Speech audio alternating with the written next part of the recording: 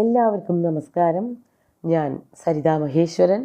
ഇന്ന് ശ്രീകൃഷ്ണവിലാസ മഹാകാവ്യത്തിൻ്റെ 9ാമത്തെ സർഗത്തിലെ 65, 66 എന്നീ 2 ശ്ലോകങ്ങളാണ് നമ്മൾ പഠിക്കുന്നത്. 2 ശ്ലോകങ്ങളിലും ഉപജാതി വൃത്തം തന്നെയാണുള്ളത്. അവിടെ ഉഗ്രസേനൻ്റെ സദസ്സിൽ കൂടിയിരിക്കുന്ന ആൾക്കാർ അവരുടെ ഇടയിൽ ഇരുന്നിട്ടും ശ്രീകൃഷ്ണൻ ഒന്നും മിണ്ടിയില്ല എന്നാണ് കവി വർണ്ണിക്കുന്നത്. നമുക്ക് ആദ്യം ശ്ലോകം ചൊല്ലി നോക്കാം, എന്നിട്ട് അർത്ഥത്തിലേക്ക് കടക്കാം.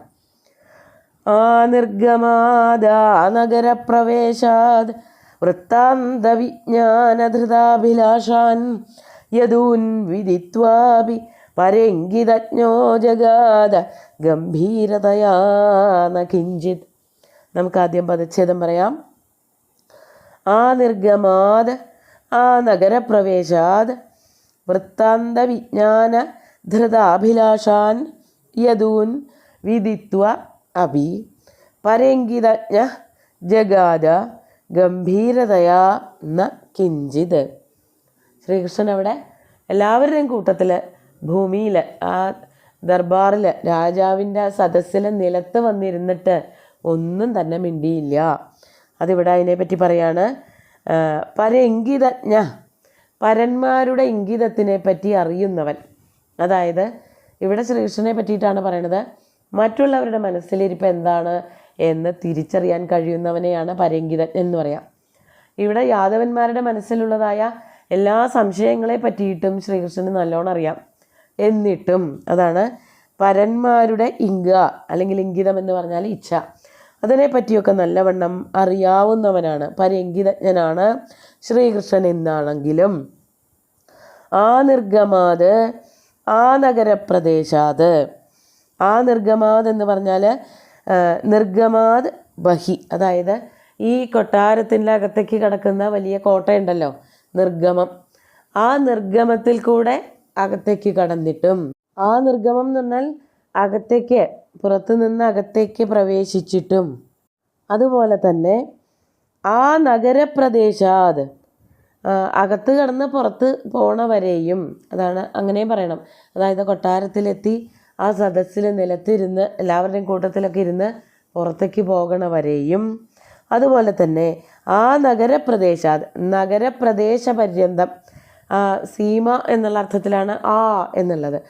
കൈലാസാത് ബിസകിസലയച്ഛേദ പാഥേയവന്ത എന്ന് മേഘസന്ദേശത്തിൽ പറയണത് വരെ സീമ അല്ലെങ്കിൽ പരിധി നിശ്ചയിക്കലാണ് എന്നുള്ള. സേതു ഹിമാചലം, സേതു മുതൽ ഹിമാലയം വരെ എന്നുള്ള അർത്ഥത്തിലാണ് എന്ന് പറയണത്. അവിടം വരെ, അതായത് നഗരപ്രദേശത്തിൽ നിന്ന് അകത്തേക്ക് കടക്കുന്നത് വരെയും, കൊട്ടാരത്തിലുള്ള കോട്ടവാതിൽ കൂടെ അകത്തേക്ക് കടക്കുന്നത് വരെ, അവിടെ ഇരുന്നു കൊണ്ട് പുറത്തേക്ക് വരുന്നത് വരെ. അതിൽ വാക്കുകൊണ്ടൊക്കെ ഉദ്ദേശിക്കുന്നത് അതേ ഉള്ളൂ. ശ്രീകൃഷ്ണൻ തൻ്റെ ചരിതങ്ങളെ പറ്റിയിട്ട് എവിടെ വച്ചിട്ടായാലും ഒന്നും പറയാൻ പുറപ്പെട്ടില്ല. നിർഗമാത് നഗരപ്രദേശാത്, പ്രദേശങ്ങളിൽ കൂടെയൊക്കെ സഞ്ചരിക്കുമ്പോഴാകട്ടെ, വൃത്താന്ത വിജ്ഞാന ധൃതാഭിലാഷാൻ യദൂൻ. വൃത്താന്ത വിജ്ഞാന ധൃത അഭിലാഷാൻ. ധൃത അഭിലാഷ യൈഹി തേ ധൃതാഭിലാഷാ. അഭിലാഷം കൊണ്ട് നടക്കുന്നവർ, ആഗ്രഹമുള്ളവർ. ആർക്കാണ് ആഗ്രഹമുള്ളത്? യാദവന്മാർക്ക്. അപ്പോൾ ധൃതാഭിലാഷാൻ യാദവാൻ, യാദവന്മാർക്കൊക്കെ നല്ല മോഹം ഉണ്ടായിരുന്നു. എന്തായിരുന്നു അവരുടെ മോഹം? വൃത്താന്ത വിജ്ഞാനം. ഇതുവരെ, അതായത് സാന്ദീപനിയുടെ ഗൃഹത്തിൽ പോയിട്ട്, ആശ്രമത്തിൽ പോയിട്ട് വിദ്യാഭ്യാസം നടത്തുമ്പോൾ ശ്രീകൃഷ്ണൻ എന്തൊക്കെയാണ് അവിടെ പോയിരുന്ന് ചെയ്തത്, പുത്രനെ കൊണ്ടുവന്നത് വരെയുള്ളതായ വൃത്താന്തങ്ങളൊക്കെ അറിയണമെന്ന്, ഭഗവാന്റെയും അതുപോലെ ബലരാമൻ്റെയും വാക്കുകളിൽ കൂടെ തന്നെ അറിയണമെന്ന് ആഗ്രഹം വച്ചു പുലർത്തിയിരുന്നവരായ യാദവന്മാരോടൊക്കെ തന്നെ അവരുടെ ഇംഗിതങ്ങളൊക്കെ മനസ്സിലായിട്ടും, അതാണ് ഇവിടെ പറയണത്. വൃത്താന്ത വിജ്ഞാന ധൃതാഭിലാഷാൻ യദൂൻ വിദിത്വാ അഭി. അവരുടെ മനസ്സിലിരിപ്പൊക്കെ മനസ്സിലായിട്ട് പോലും, വിദിത്വാഭി, ശ്രീകൃഷ്ണനും ബലരാമനും നല്ലവണ്ണം അതൊക്കെ മനസ്സിലായിട്ടും, ഗംഭീരതയാ, ശ്ലോകത്തിൽ ഗംഭാര എന്നാണ് കൊടുത്തിരിക്കുന്നത്, അത് തെറ്റാണ്. ഗംഭീര എന്നുള്ള വാക്ക് തന്നെയാണ് പറയുന്നത്. ഗംഭീരതയ, ഗാംഭീര്യം എന്ന് പറഞ്ഞ രാജാക്കന്മാരുടെ ഒരു സ്വഭാവം ഉണ്ടല്ലോ. വെറുതെ കിടന്ന് വർത്തമാനം പറയാ, ചറപറ ഓരോന്ന് പറയാ, വായിൽ തോന്നുന്നത് പറയാ. ഇതൊന്നും രാജാക്കന്മാർക്ക് ചേർന്നതല്ല. ഒരു രാജ്യത്തിൻ്റെ അധികാരം നേടാൻ പോകുന്ന ഒരാളെ ഇതുപോലെ ഇങ്ങനെ വർത്തമാനം ചറപറ പറയാൻ പാടില്ല. അതുകൊണ്ട് ആ ഒരു ഗാംഭീര്യം, പ്രൗഢി ഉള്ളത് കൊണ്ട് ഗാംഭീര്യതയാ ന കിഞ്ചിത് ഉവാച, ഒന്നും തന്നെ ആരോടും പറഞ്ഞില്ല എന്നർത്ഥം. അതായത് തൻ്റെ കൂടെയുള്ള ആൾക്കാർക്കൊക്കെ സാന്ദീപനിയുടെ ഗൃഹത്തിൽ പോയിട്ട് ശ്രീകൃഷ്ണൻ എന്തൊക്കെയാണ് ചെയ്തതെന്ന് അറിയണമെന്ന് നല്ല മോഹം ഉണ്ടായിരുന്നു. അതൊക്കെ മനസ്സിലാക്കിയിട്ട് പോലും ശ്രീകൃഷ്ണൻ അവരോട് ആരോടും ഒന്നും പറയാൻ പുറപ്പെട്ടില്ല. പിന്നെ ആരാ പറഞ്ഞത് എന്നുള്ളതാണ് 66-ാമത്തെ ശ്ലോകത്തിൽ പറയുന്നത്. ശ്ലോകം നോക്കൂ. അശേഷ വിദ്യാധിഗമം ദ്വിജേന്ദ്രാത് സൂനോർമൃതസ്യാഹരണേ തദാജ്ഞാം തസ്യാശ്ച നിർവൃത്തിമവേദയത്നാം സർവം പുനഃസാരഥിരാഹതേഭ്യ. നമുക്കാദ്യം പദച്ഛേദം പറയാം. അശേഷ വിദ്യാധിഗമം ദ്വിജേന്ദ്രാത് സൂനോഃ മൃതസ്യ ആഹരണേ തദാജ്ഞാം തസ്യാഹ ച നിർവൃത്തിം അപേദയത്നാം സർവം പുനഃ സാരഥി ആഹ തേഭ്യ. ഇവിടെയും സാരഥി എന്നുള്ളതിന് അക്ഷരത്തെറ്റുണ്ട്. സാരഥി എന്നുള്ളത് രഥത്തിൻ്റെ ധായാണ് വേണ്ടത് സംസ്കൃതത്തിൽ. ഇവിടെ ആരാണ് പറഞ്ഞത്? ശ്രീകൃഷ്ണനും പറഞ്ഞില്ല, ബലരാമനും പറഞ്ഞില്ല. അവിടെ കൂടിയിരിക്കുന്ന ആൾക്കാരോടൊക്കെ ഈ സാന്ദീപനിയുടെ ഗൃഹത്തിൽ പോയിട്ടുണ്ടായ സംഭവങ്ങളൊക്കെ ആരാ പറഞ്ഞത്? സാരഥി. ഇവരുടെ കൂടെ രഥം കൊണ്ട് നടന്നിരുന്ന സാരഥിയാണ് പറഞ്ഞത്. മധുരാപുരിയിൽ നിന്നും വാരാണസിയിലേക്ക് സാന്ദീപനിയുടെ ഗൃഹത്തിലേക്ക് പോയതൊരു രഥത്തിലാണ്. ആ രഥത്തിലൊരു സാരഥി ഉണ്ടായിരുന്നു. ആ സാരഥിയുടെ കൂടെ രഥത്തിലാണ് ശ്രീകൃഷ്ണനും ബലരാമനും എല്ലാ നാടുകളിലേക്കും എല്ലാ ലോകങ്ങളിലേക്കും സഞ്ചരിച്ചത്. അപ്പോൾ ആ കഥകളൊക്കെ നല്ലവണ്ണം വ്യക്തമായിട്ട് അറിയുന്ന ആളാണ് സാരഥി. അതാണ് ഇവിടെ സാരഥിയാണ് എല്ലാം പറയുന്നത്. പുനഃ സാരഥി. അതിനുശേഷം വീണ്ടും സാരഥിയാകട്ടെ ദ്വിജേന്ദ്രാത്, ദ്വിജേന്ദ്രൻ ആയിട്ടുള്ള, അതായത് സാന്ദീപനി പറ്റിയിട്ടാണ് പറയണത്.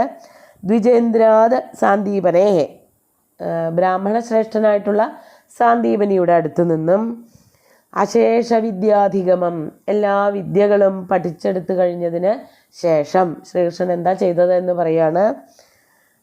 മൃതസ്യ സൂനോഹ ആഹരണേ, മൃതസ്യ മരിച്ചുപോയതായ സൂനോഹ പുത്രൻ്റെ, സാന്ദീപനിയുടെ പുത്രൻ്റെ ആഹരണേ കൊണ്ടുവരവിൽ, അതായത് എല്ലാ വിദ്യകളും സാന്ദീപനിയുടെ അടുത്തുനിന്ന് പഠിച്ചു കഴിഞ്ഞു. അതിനുശേഷം എന്താണ് ശ്രീകൃഷ്ണനും ബലരാമനും ചെയ്തത്? സാന്ദീപനിയുടെ പുത്രനെ കൊണ്ടു കൊടുത്തു.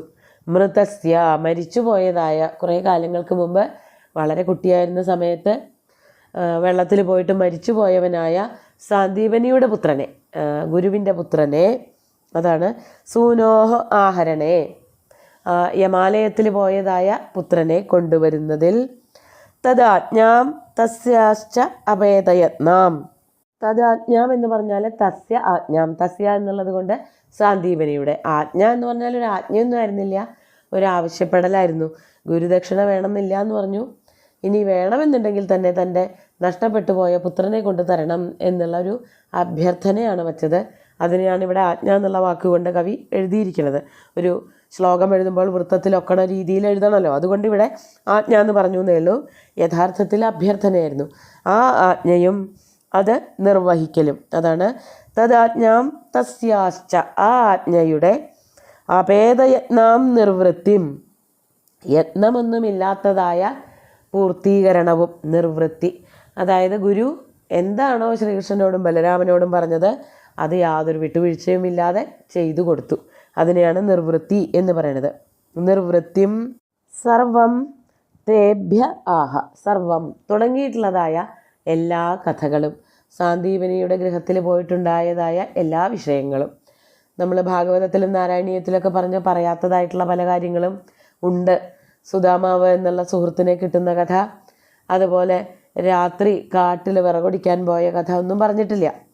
അങ്ങനെ പല കഥകളും ഉണ്ടാവുമായിരിക്കും. ആവശ്യമുള്ളത് മാത്രം എടുത്ത് വർണ്ണിക്കുകയെ കവി ചെയ്തിട്ടുള്ളൂ. അപ്പോൾ അങ്ങനെ ആ ഗുരുകുലത്തിൽ ചെയ്തിട്ടുള്ളതായ എല്ലാ പ്രവൃത്തികളും, ദക്ഷിണാദാനമടക്കം ഒരു ബുദ്ധിമുട്ടുമില്ലാതെ ചെയ്തു കൊടുത്തതായ പ്രവൃത്തികളെല്ലാം തന്നെ സൂതൻ, അതായത് രഥത്തിൻ്റെ സാരഥി, ആ സദസ്സിൽ വെച്ച് എല്ലാവരും കേൾക്കെ, ശ്രീകൃഷ്ണനും ബലരാമനും മറ്റ് സാമന്ത രാജാക്കന്മാരും കാർന്നോന്മാരായിട്ടുള്ള ആൾക്കാരും മഹാരാജാവായിട്ടുള്ള ഉഗ്രസേനനുമൊക്കെ കേൾക്കെ തന്നെ ആ സൂതനാണ് എല്ലാവരോടുമായിട്ട് പറഞ്ഞു കൊടുത്തത് എന്നാണ് കവി ഇവിടെ വർണ്ണിക്കുന്നത്. നമുക്ക് ശ്ലോകങ്ങൾ ഒന്നുകൂടി ചൊല്ലി നോക്കാം.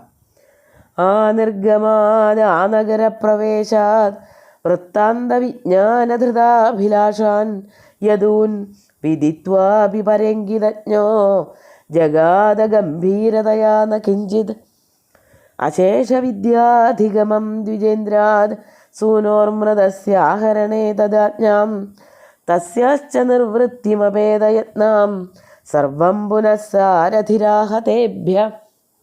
ഇവിടെ വലിയ മഹത്തായിട്ടുള്ള കുറേ കാര്യങ്ങളാണ് ചെയ്തത്. ആ കാര്യങ്ങളൊക്കെ തന്നെത്താനാ പറഞ്ഞതെന്ന് പറഞ്ഞാൽ അവിടെ അഹങ്കാരം പറയാണ്, വമ്പ് പറയാണ്, ഹുങ്ക് പറയാണെന്നൊക്കെ വിചാരിക്കുള്ളൂ. ആരും പോയിട്ട് നേരിട്ട് അന്വേഷിക്കുകയൊന്നുമില്ല. സാന്ദീപനിക്ക് പുത്രനെ കിട്ടിയോ എന്ന് പോലും ആരും ചോദിക്കില്ല. അപ്പോൾ അങ്ങനെ വെറുതെ ഒരു ഗർഭിഷ്ഠനായിട്ടുള്ള ഒരാളാണ് താനെന്നാരും വിചാരിക്കണ്ട എന്നുള്ളത് അറിയിക്കാൻ വേണ്ടിയിട്ട്, അതായത് മിണ്ടാതിരിക്കുന്നത് വേറൊരാൾ പറയുമ്പോഴാണ് അതിൻ്റെ ബലം കൂടുതൽ, മറ്റുള്ളവരതാണ് കൂടുതൽ അംഗീകരിക്കുക. ഞാൻ തന്നെ എൻ്റെ കേമത്തങ്ങൾ പറഞ്ഞാൽ ആരും കേൾക്കാനുണ്ടാവില്ല, വേറൊരാളാണത് പറയണതെന്നുണ്ടെങ്കിൽ ശ്രദ്ധയോടുകൂടി കേൾക്കുകയും ചെയ്യും. അതിനു വേണ്ടിയിട്ടാണ് സാരഥിയെ സ്വീകരിച്ചത്, സാരഥിയെ കൊണ്ട് ഭഗവാൻ പറയിപ്പിച്ചത് എന്നർത്ഥം.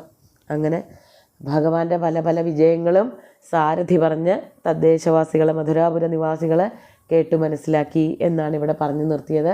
സുന്ദരമായിട്ടുള്ള 2 ശ്ലോകങ്ങളും ഭഗവാന്റെ കാൽക്കൽ അർപ്പിച്ചുകൊണ്ട് ഗുരുവായൂരപ്പനെ സാഷ്ടാംഗം നമസ്കരിച്ചുകൊണ്ട് എല്ലാവർക്കും ശുഭദിനം നേർന്നു നിർത്തട്ടെ. നന്ദി.